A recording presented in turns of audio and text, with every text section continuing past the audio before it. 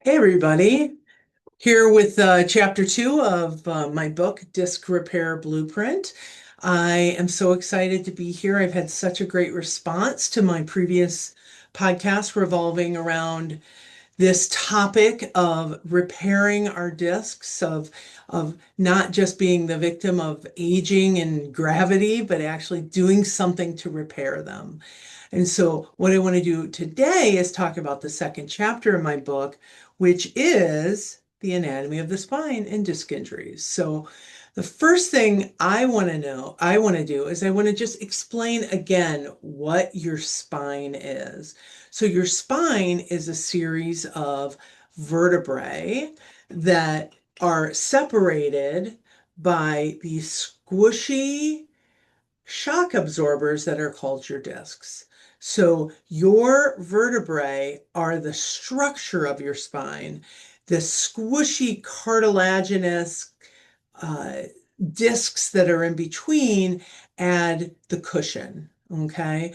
And the spine itself's main job is to protect the spinal cord.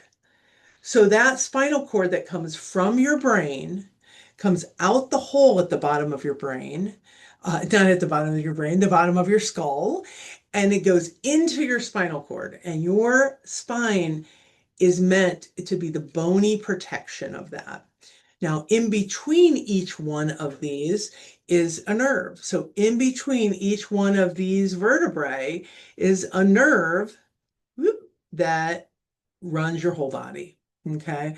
So, unlike another area that could have some arthritis or some injury and just have swelling and pain on that site, the basis of what a chiropractor does is because these vertebrae and this disc are intimately involved with these nerves, these nerves, those I have a model here, the yellow nerves for those on the podcast, for those on the video.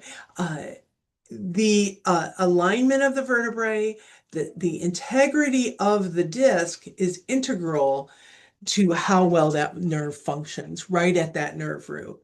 So if you think about a disc, the best way to think about a disc is that a disc is like if you sliced open an onion and you looked at it along the circular patterns in between. So you would see the circle upon circle all the way down to the center.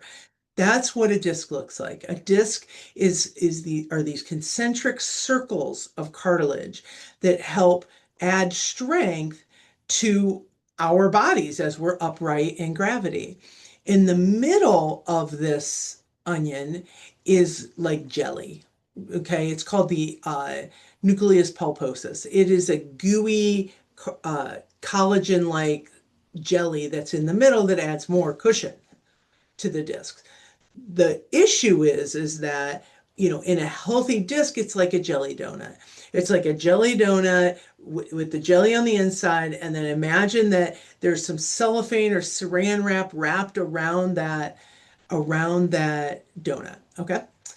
Now you add pressure, uneven pressure, or injury acutely, meaning lift the car off a baby, move a refrigerator, something like that, and you hear, and it goes kaboom, that is what's called a disc herniation. So what that means is that the squishy part on the inside actually will break free of those rings and poke out and actually press on the nerve. So the disc gooiness in the middle, the nucleus pulposus, goes through what are called the annular fibers, the circular things of the onion, and squish out and press on that nerve. And so wherever that nerve goes is not going to be happy, right? And so depending on where the nerve goes is where you have the symptoms. So we can have that situation with a disc, and we can also have what's called degeneration. So what we can have over time is smaller injuries, old injuries, bad posture, bad ergonomics that build up and form a degeneration here where this actually wears out. So the disc itself will wear out and that will make the hole that the nerve comes out of smaller. It will create swelling in the area and affect the health of that nerve.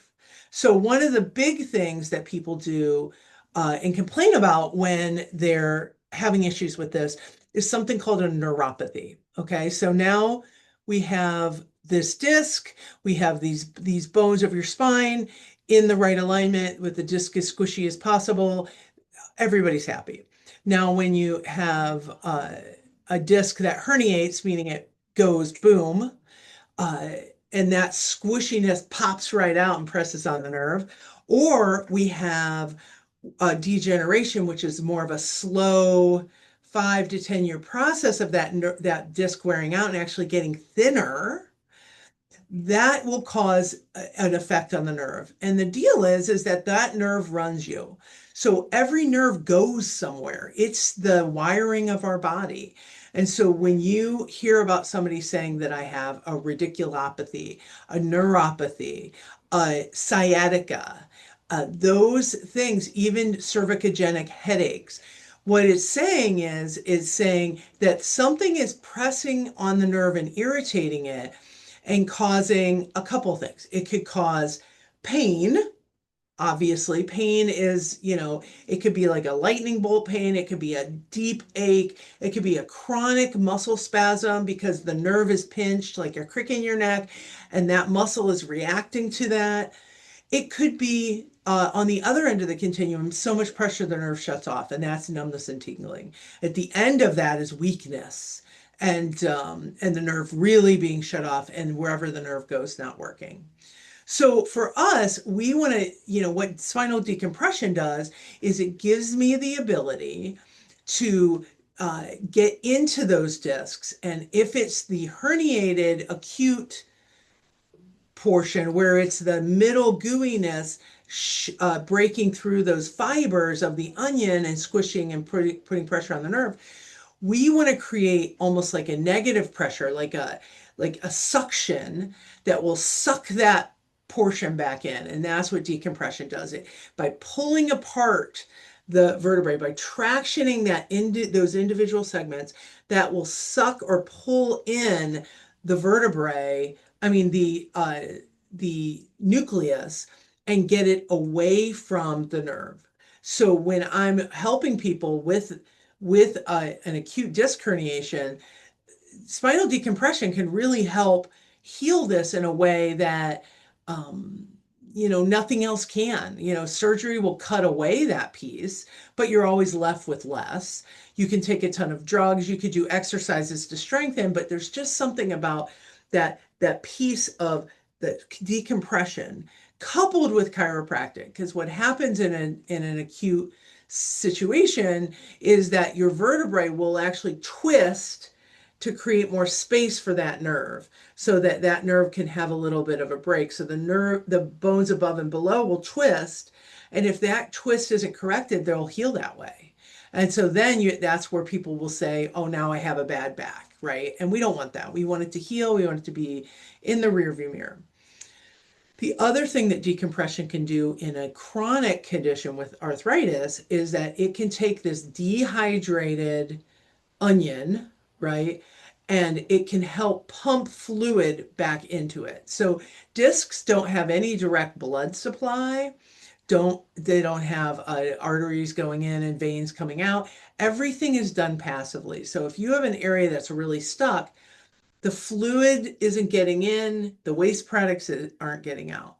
So if you couple decompression with something like a glucosamine sulfate, which helps increase the fluid in your discs, not only are you sucking more fluid into your disc when you're decompressing, when you're pulling it apart, you're also increasing this protein that helps hold on to the fluid.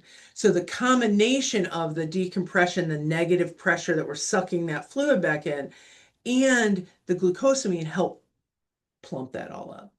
And that's what we do. Like that, to me, I'm amazed. It's been 2 years. It's been amazing. This book has helped so many people.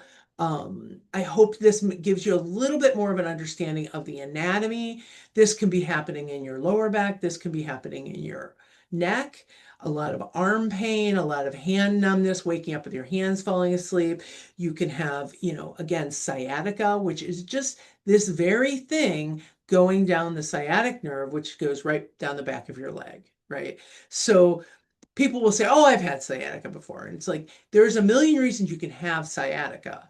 That being said, if it's from a degenerated disc, this is where decompression can really help. So I hope this is informative to you.